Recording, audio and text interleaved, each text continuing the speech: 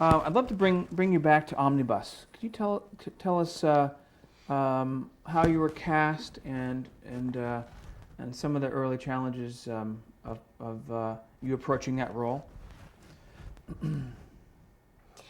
Well, to do Omnibus, as I told you, I called and finally got the name of the director, Mr. Paul Feige. We had a meeting at Sardis in between one of my shows that I was doing at the time, and I gave him my suggestion, and we went into production the following week. Can I stop? You bypassed. You were saying earlier where your agent was not helpful at that time. Oh, no, So they were not. we can start in a second. Say that you had, after you were trying unsuccessfully or however with your agent, you bypassed that process and went directly to the director of Omnibus. Check. So in order to do Salome, for instance, I had to go around the agents. But I told them what I was going to do. Now, this is how you get a very bad reputation, because if you go ahead and do what you want to do and that you succeed in doing that, and they didn't do it for you, they'll come and take their 10%, but they'll give you a bad reputation because you had the chutzpah to do it.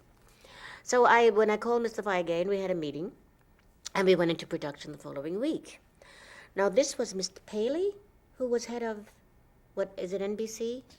CBS. Paley was head of CBS. Yes, anyway, it was Mr. Paley. I'll never will forget him because he was living right across the street from me, from number 6 East 92nd Street. And he was in the studio. Now, we had done a dress rehearsal. And the dress, well, you know, the costumes of the Middle Eastern people, they were robes, and I had to do this dance in front of Herod at the request of Herod's wife, who was Salome's stepmother. This is George Bernard Shaw's, and so she was 14 years old, the character. So when she does this dance for Herod, she doesn't have any clothes on, and when she opens up her robes, you know, she gets in front of him and she shows him everything after she's gotten the head of John the Baptist on a tray, of course. So that was quite a scene. I remember Leonard Bernstein and I having a discussion because I had just come out of Europe and I had been in Israel, and I had learned some Hebrew songs, and I knew something in Hebrew, and therefore Hebrew and Arabic almost exactly alike in language. And therefore, he and I had this discussion about how these words should be pronounced, and I never will forget it because I had a lot of fun fighting with Leonard Bernstein. Those were the good old days. When you can argue with someone intellectually, you know, and not get up with your attitude. It was all a lot of fun. So we did the dress rehearsal, and Mr. Paul Feige said it was wonderful. And now we have a break. Now we have to do another rehearsal for Mr. Paley. And we did that one, and all of this business about get me the head of John the Baptist, and she points to the stairs, and she takes the brother and rams him down the stairs because he wouldn't do her bidding.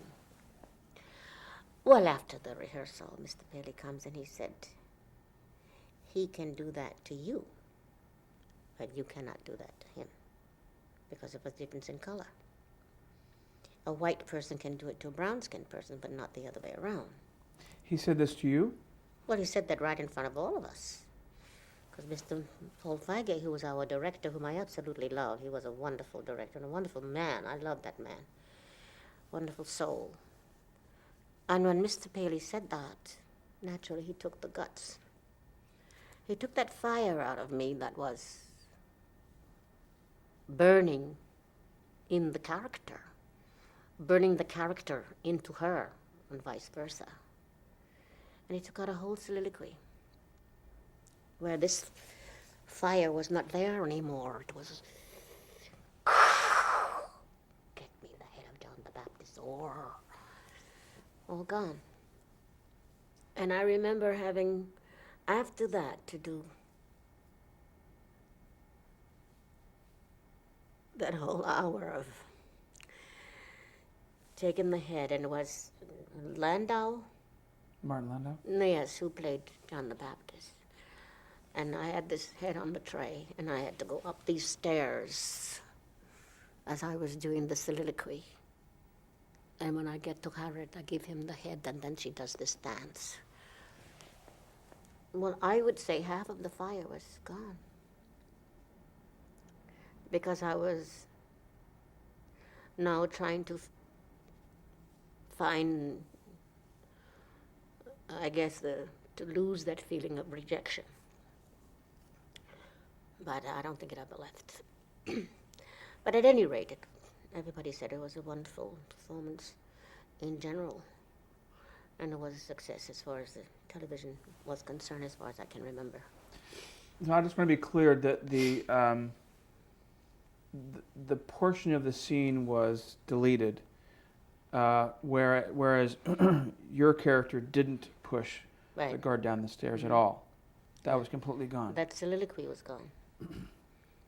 She could point and say, "Get me the head of John the Baptist," because eventually she has to have the head in order for the play to go on and mean something, what it was talking about. But she couldn't do that anymore. Couldn't ram him down the stairs anymore. Was that the first time that you were confronted with that kind of attitude or that kind of perspective in a professional environment? As far as television was concerned? No, because I'm trying to remember which was first.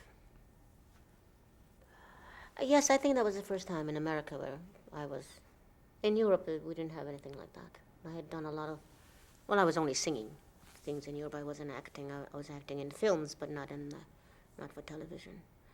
No, the next time that happened was with, I think it was after that. We were doing television in Los Angeles with Roddy McDowell. And it was a play about looking for, like Diogenes, looking for the truth. And the line of the story was to find 3 pennies that someone you had or this person had, and the pennies went from that person to another person, and it wound up in the hands of a queen of Africa. And I was the queen. And I had just bought this house in Beverly Hills, and it was absolutely empty. Not one piece of furniture except a bed. So Roddy and I used to meet at my house, and we'd wallow over the living room floor in front of the fireplace because he and I were practicing the scene where he had to make love to her, hold her, and kiss her, and do all sorts of wonderful choreographed kind of marvelous movements that we had played around with. And when we got to the studio and we got to our scene, that's what we did. It was so exciting and wonderful. Roddy and I had such a marvelous time doing it. And then another person comes to us and said, "You can't do that. No white person can be hugging and kissing a black person and walling around on the floor like that." It was too much for them to handle. So they took that soliloquy out. What was that for? Do you remember? I don't remember what, I think it was CBS too, but I'm not quite sure. Playhouse 90 or, no, not probably. No, this was in Los Angeles. So they took it out completely. All the entire scene was deleted? Well, we couldn't do that. We just had to just sit and talk to each other, and then he puts me in a caravan and they put a spear in my back, and that was the end of me. But no hugging and kissing. You can kill her off, but don't hug her. How stupid. I think that is so funny. It's insane. I'm going to bring you to 1954. 1954 to 56. You made a bunch of appearances on the Ed Sullivan Show. Oh, Ed Sullivan. He was one of the funniest men I've ever met, without even realizing how funny he was. But not only could he never not remember your name, but he didn't even remember what the hell you were supposed to be doing when you got there. Sometimes. I may be exaggerating because I liked him. No matter what kind of behavior he had, or his memory board was not quite in junto that day. He was a wonderful guy, and I liked him very much. And I was signed with R.C. Victor at the time, and we had songs like, 1954, Santa Baby, Slip a Sable Under the Tree, and that one was coming out, and we had, Hey Jacques, have you seen Louis, da-da-da-da-da-da. wonderful songs that R.C. Victor wanted me to plug on Ed Sullivan's show. Well, because of the popularity of Eartha Kitt being on that show, I was called in maybe sometimes twice a month to be on his show. Then I used to do what we call ambassadors' balls for Abba Eban and Israel to raise money for Israel at that time. And I was always doing Hebrew songs at Madison Square Garden, and that was absolutely marvelous for the Israeli bonds. And it was marvelous fun to do that, because then I would be with Maurice Levine, who was my conductor at the time, and he would bring me a lot of Hebrew songs, and I would learn them. So at that time, I would be doing a lot of Hebrew songs at Madison Square Garden for the Israeli bonds. So he heard about that, Ed Sullivan. He did not have, according to what I was told, he did not have a very strong Jewish audience. So here comes Eartha Kitt with his Hebrew repertoire, and rather than singing the songs that R.C. Victor wanted me to be plugging at the time, he even sent me home at 270 Riverside Drive to get my Hebrew repertoire and be sure that I was singing a Hebrew repertoire of some sort or the other. Ki mitzion hoyt, etc. It was hysterical, but R.C. Victor would look at me, the boys at R.C. Victor would look at me, Manny Sachs, and say, "What happened, Eartha?" How can I explain? But that's what the way it was with Ed Sullivan. And I loved being on that show, because there too, everything was alive. If you made a mistake, that was it. And the audience was absolutely wonderful, because they helped you create what it is that you were doing. And it was a very fun show. What made it so unique? I mean, in the sense of behind the scenes, the people who were creating that show. What stands out in your mind is? Well, first of all, I remember one particular day, Sunday, that I walked into the theater, and there was a huge staircase. And I was supposed to, I didn't know it was for me. But Ed Sullivan had this huge acrylic staircase made. And he ordered models to display, I think it was either Tiffany, because in my songs I sing about Tiffany. Gimme songs. Talk about the original material, girl. Hey, you over there, forget it. And the stairway was for me, because I was singing a song called Mink, Schmink, Money, Shmoney. Think you're hot now, don't you, honey? What have you got if you haven't got love? And I was supposed to come down these stairs with my gold-lame dress on, and all of these models with their jewels. We had over $1 million. In those days, $1 million was money. I don't know how many models there were. And I would look at one model, and I would take a piece of her jewel and look at it and say, what have you got if you haven't got love? And by the time I got to the bottom of the stairs, there were 2 bodyguards waiting to take the Jeffrey. Which I also thought was very funny. But that's what he did. That's what they did in those days. They made the whole set for me. And I was so elated that this happened. Of course, that particular song was written by Victor Young. And Victor came to my dressing room and said, Eartha, I have this song for you, but I can't put my name on it because I'm known for schmaltzy movies, music. I don't know what name he ever put on it, but it was written by Victor Young. Then, too, because I sang it on television, I got reprimanded because somebody came and said, how can you do that for the Jewish people, mink, schmink, money, shmoney? So I didn't sing it anymore. I think I can sing it now, though, because I think it's eased up on, because it's an adorable song. How many times did you appear on the Ed Sullivan Show? Do you know? I have no idea. As I told you, I was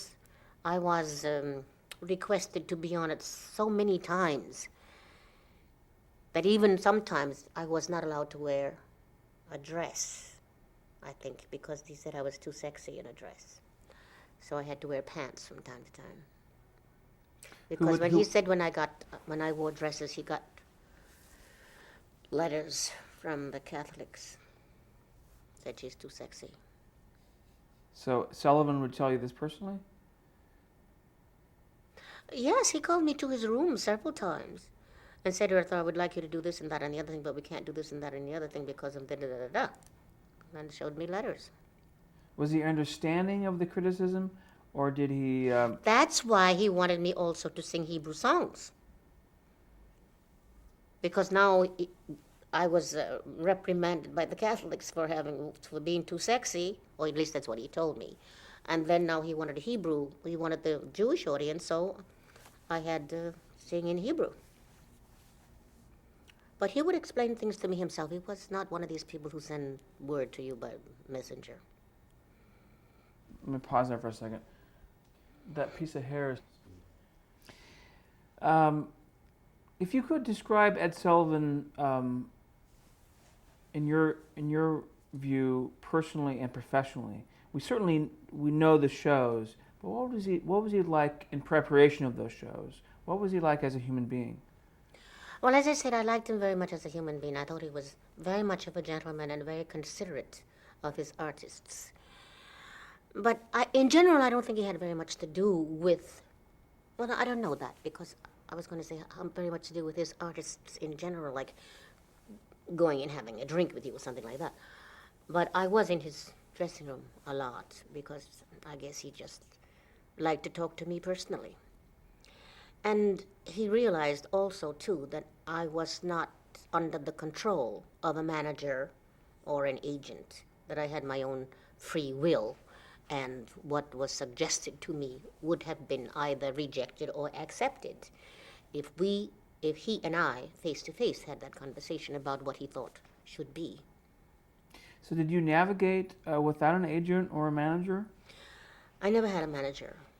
Kitt, my daughter, is now my manager, but along with Bob Duva. But no, I never had a manager. I think maybe that also was considered rather not kosher, because you had to have a manager, and you had to have an agent, and you have to have an accountant, then you have to have a lawyer. Then when I came to America after working on my own and becoming Eartha Kitt in Paris and England and Greece and Turkey and these places, I used to have an envelope. When I came off the stage, I would be handed an envelope. That was my salary, my cash. And it was, that time, it was 35,000 francs a night. Because at that time, francs was 350 francs to $1. So I was making damn good money on my own. But I didn't have to be worried about a manager or an agent or the taxes or anything. That was mine. And I come to America, it was quite different. You have to have, as I said, all of these people, and I didn't understand that. But I never did have a manager, and I think they wanted me to. There were people who were saying that they were my managers, and maybe that was one of the things that sort of disrupted me becoming whatever it was maybe that I could have become. Not that I regret anything. But to have a manager to lead you into and see to it that things are happening as best they can, because you have now taken this step, now the next step should be this one, et cetera, et cetera, et cetera. I never had that, so there's never been any real planning in my life. I've always run with the tides on my own. And I was with William Morris, who brought me to America after I did the Orson Welles play at the Edward Seventh Theater in Germany, and also in Brussels with him. And was called the most exciting woman in the world. And that's what brought me to America, the William Morris Agency. You were called that by Orson Welles? Yes, and also by the French people, because the next day they said the most exciting thing that has happened to Paris in 25 years. So that started to elevate me to become the name Eartha Kitt. But then the William Morris Agency sends for me to open at La Vie en Rose. and they didn't know how to deal with it. I went into Levian Rose for the rehearsal, and I think it was Julie Podell or somebody like that, who looked at me and said, "Hey, kid," he had a cigar in his mouth. "Hey, kid, I hear you sing in 7 languages." I said, "Yes, sir." "Well, get up on the stage and sing in all 7.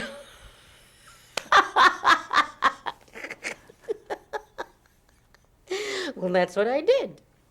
I didn't plan anything, because exactly what I was doing in Europe, seeming to me, was I was asked to come to America to do, and it was not very successful. What are the 7 languages? Spanish, French, Italian, naturally English, German, Turkish, some Hebrew, etc., and patois. So the program was quite extensive. And it might have been also, which I wouldn't have thought of at that time.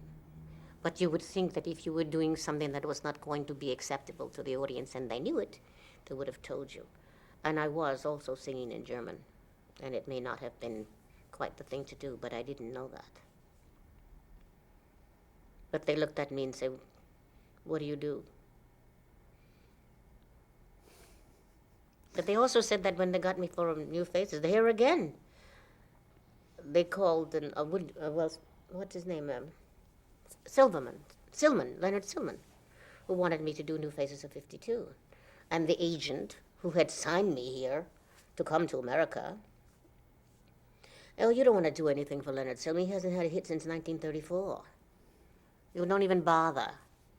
So I said, "Well, I'd like to go down anyway and take my chances." And they were having a hard time getting the money for New Faces. And after Leonard Silman heard me sing, oh God, was I scared. Oh my God, I was so scared. I don't even remember what I did. Describe what New Faces of 52 was. It was a review of 17 of us, supposedly new faces who had never been actually, well, we were not famous yet, but we were just about. Faces were known, but not well known.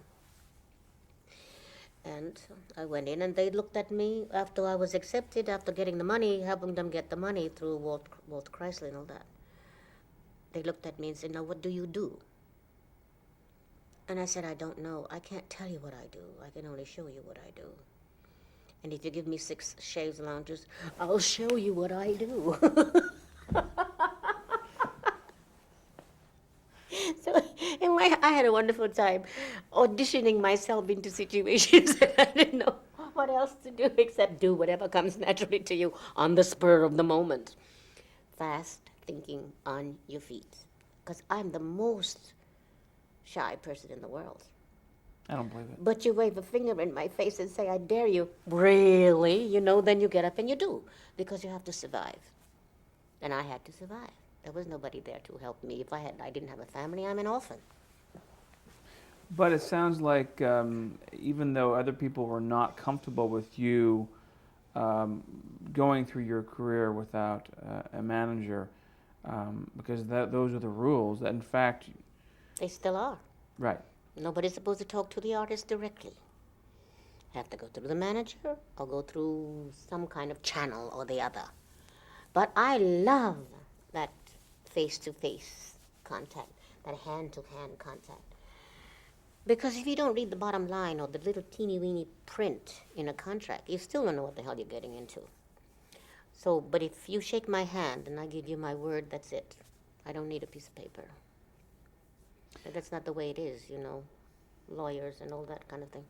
And the legal documents certainly have gotten worse over the last 20 years. Let's bring you to your appearance on I Spy. What comes to mind working on that show? I don't remember, what year was that? Because I don't know how old I was at the time. I'm saying that because of the calisthenics that I had to do. Mid-60s. It was 65. When I went... 1965. In fact, I think you got an Emmy nomination for that, too. Yes. For I Spy. I was thinking about Mission Impossible. No, I got it mixed up. No, I think it was Mr. Sheldon who called and asked if I would do that. Sheldon Leonard? Sheldon Leonard, yes, whom I also like. I loved him as an actor, and I love him as a producer. But he's the one that called and asked if I would do that part. But they didn't know how agile, how manipulative my body can be and all of that sort of thing. So I went down and auditioned. And they had some kind of gymnastical paraphernalia that you have to crawl in these wires and pipes and things. And I did that. And now you get, so I got the part. Now you go to the studio and you have to go through these, what do you call that, air conditioning vamps that are about this big. You know, the air conditioning unit Right. that goes all the way through the building. Right. They had built it 2 stories high. Kit was like 3 years old, I think. And my mother-in-law and my baby were in the studio when I had to do that particular stunt. And they said, well, Eartha, we want to see if you can go up this pipe, because the camera is 2 stories up It's there. like a air conditioning ducts or Ducks. right. Nothing to hold on to. You can't go like that. Nothing to hold on to. Nothing. Absolutely. So being a gymnast, you have to put your foot on back of one of the walls and the other one, and with your biceps, you push and pull your way like a cat through these vents. Now, when I get to the top, and I knew I couldn't fall because my baby's in the studio. Now I have to, hold on to my senses of strength. And they said, now can you go down? That was the funniest part of all. Because it's straight up, it's like that. You can go up and hold on with your biceps and all that. But if you want to go down, all you're going to do is go. So now you have to think in another way to reverse the action. But I did it. And then when I get down, I have to go around one of the curves. But it was very exciting to be able to do, and particularly at that age, I didn't know exactly how old I was at the time, but I'm 75 now, so in 1965, it was quite fun. Let me stop there for a second.